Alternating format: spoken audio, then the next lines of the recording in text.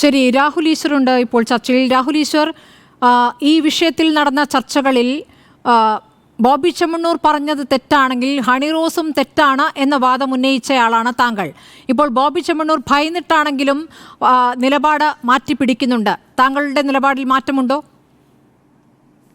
എന്റെ നിലപാടിൽ മാറ്റമില്ല. ആദ്യം തന്നെ ശ്രീമതി സ്മൃതിയോടും ഷാരോടോടും ക്ഷമ ചോദിക്കുന്നു. ഇടയ്ക്ക് കുറച്ച് ടെക്നിക്കൽ അതർ ഡിഫിക്കൽട്ടീസ് ഉണ്ടോണ്ടാണ് കയറാൻ താമസിച്ചത്. അതിന് അപ്പോളജി പറഞ്ഞുകൊണ്ട് എന്ന് തുടങ്ങും. രണ്ട് കാര്യങ്ങൾ. ഞാൻ ദിനുവിനോട് പൂർണ്ണമായും സാധാരണ വിയോജിക്കുന്ന വ്യക്തിയാണ്. പക്ഷെ 99% ദിനു പറഞ്ഞ സ്പിരിറ്റിനോട് യോജിച്ചുകൊണ്ട് തന്നെ തുടങ്ങാം. ഒരു കാരണവശാലും ബോബി ചെമ്മണ്ണൂറിന് മാല ഇടുകയോ പടക്കം പൊട്ടിക്കുകയോ ചെയ്യേണ്ട ആവശ്യമില്ല. ഇവരെല്ലാം എനിക്ക് വ്യക്തിപരമായി അറിയുന്നതാണ്. ഞാനാണ് AKMയുടെ കഴിഞ്ഞ ദിവസത്തെ അവരുടെ സമ്മേളനം ഉദ്ഘാടനം ചെയ്തത്. ബോച്ചെ അല്ലെങ്കിൽ ബോബി ചെമ്മണ്ണൂർ സ്വാതന്ത്ര്യ സമരത്തിനൊന്നും പോയിട്ട് വന്നതല്ല. ഒരു കാരണവശാലും മാലയിട്ട് സ്വീകരിക്കേണ്ടതല്ല. ബോച്ചെ വീട് വെച്ചു കൊടുക്കുമ്പോഴും രക്തദാനം ചെയ്യുമ്പോഴും ഒക്കെ മാലയിടാം. അപ്പൊ നമുക്ക് ഇത് പൊട്ടിക്കാം. ഈ സമയത്ത് അങ്ങനെ ചെയ്യരുത്. ബോച്ചെ എന്റെ നിലപാടിനോട് യോജിക്കുമെന്ന് എനിക്ക് ഉറപ്പാണ്. ബോച്ചെ കോടതിയിൽ പറഞ്ഞിട്ടുണ്ടായിരുന്നു, ഞാൻ ശക്തമായി തന്നെ ഒരാളും അങ്ങോട്ട് വരരുത് എന്ന് സൂചിപ്പിച്ചിട്ടുണ്ടായിരുന്നു. പക്ഷെ അതൊന്നും കേൾക്കാതെ ഒരുപക്ഷെ, അതായത് നമ്മുടെ നാട്ടിൽ രണ്ടു തരം ആൾക്കാരുണ്ട്. പുരുഷവിരോധമാണ് പുരോഗമനം എന്ന് കാണുന്ന ഫെമിനിസ്റ്റുകൾ, സ്ത്രീകളെ പ്രകോപിപ്പിക്കുന്നതാണ്, സ്ത്രീപക്ഷവാദികളെ പ്രകോപിപ്പിക്കുന്നതാണ് പുരുഷ സ്നേഹം എന്ന് ധരിക്കുന്ന പുരുഷ ആക്ടിവിസ്റ്റുകളും. ഈ രണ്ടുപേരും ഉണ്ട്. അജിത് കുമാർജി അടക്കം എനിക്ക് വ്യക്തിപരമായിട്ട് അറിയാം. സ്ത്രീകൾ അവർക്ക് നൽകിയ നെഗറ്റീവ് എക്സ്പീരിയൻസിൽ കാണുന്ന എല്ലാ സ്ത്രീകളെയും പ്രകോപിപ്പിക്കാൻ നോക്കുകയാണ്, അല്ലെങ്കിൽ എല്ലാ സ്ത്രീപക്ഷവാദികളെയും പ്രകോപിപ്പിക്കാൻ നോക്കുകയാണ്. അത് ഒരു കാരണവശാലും ശരിയല്ല. രണ്ട്, അടുത്ത കാലത്ത് ഉണ്ടായ ഏറ്റവും മികച്ച വിധിന്യായങ്ങളിലൊന്നാണ് കുഞ്ഞികൃഷ്ണൻ സാറിന്റെ വിധിന്യായം.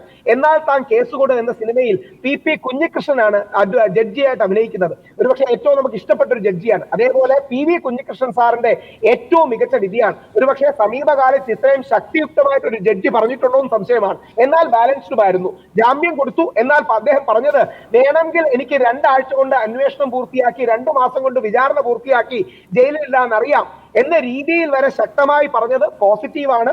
എല്ലാം നിങ്ങൾ ഉയർത്തുന്ന, സ്മൃതി മാഡം അടക്കം ഉയർത്തുന്ന സ്ത്രീപക്ഷ നിലപാടുകളെ ഉയർത്തിപ്പിടിച്ചു. പക്ഷേ ബോച്ചയ്ക്ക് ജാമ്യം കൊടുക്കാൻ കഴിവ് കാണിച്ചു. ബോച്ചയുടെ മാപ്പ് സ്വീകരിക്കാനുള്ള വിശാല മനസ്കത കാണിച്ചു.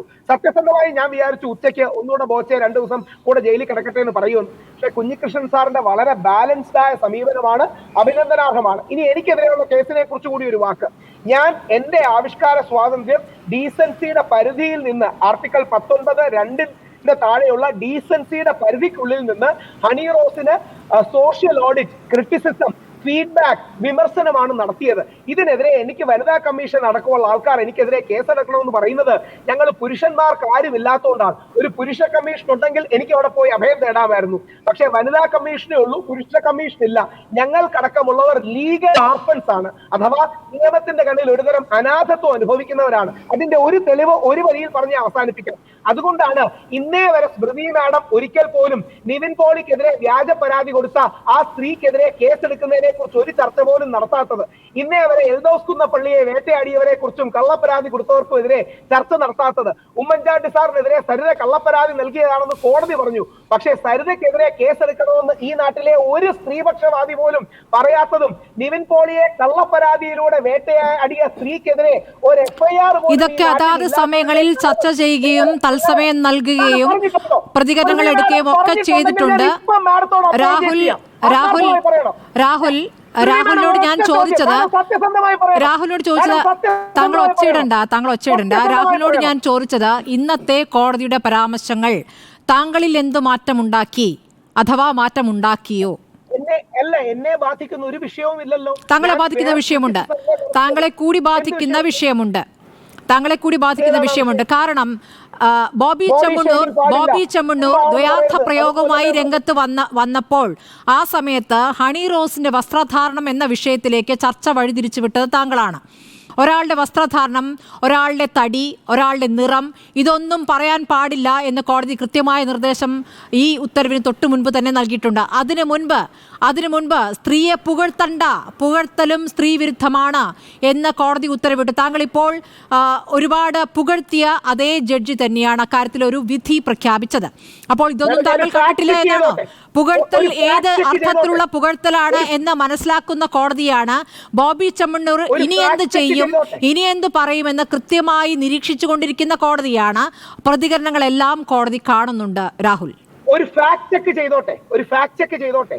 വസ്ത്രധാരണം എന്നൊരു വാക്ക് അതിൽ പറഞ്ഞിട്ടില്ല. സ്റ്റീവ് മരബോളിയെ കോട്ട് ചെയ്ത് അപ്പിയറൻസ് എന്ന് പറഞ്ഞിട്ടുണ്ട്. ആ അപ്പിയറൻസിന്റെ താഴെ കൊടുത്തിരിക്കുന്ന വിധിന്യായത്തിന്റെ വിശദീകരണത്തിൽ മെലിഞ്ഞതോ കറുത്തതോ തുടങ്ങിയ കാര്യങ്ങൾ പറയരുതെന്നാണ് പറഞ്ഞത്. ഈ വിധിന്യായത്തിൽ എന്തായാലും ഒരുപക്ഷെ അദ്ദേഹം മനസ്സിൽ ഉദ്ദേശിച്ചേക്കാം, അല്ലെങ്കിൽ ശ്രീ അഭിലാഷ് വിധിന്യായം വായിച്ചു കാണും. ഈ വിധിന്യായത്തിൽ വസ്ത്രധാരണം എന്നൊരു പരാമർശം നടത്തിയിട്ടില്ല എന്ന കാര്യം ഒരു ഫാക്ട് ആണ്. ഇനി രണ്ട്, എനിക്കുള്ള സമയം ഞാൻ സ്മൃതി മാഡത്തിന് കൂടെ താങ്കൾക്കെതിരെ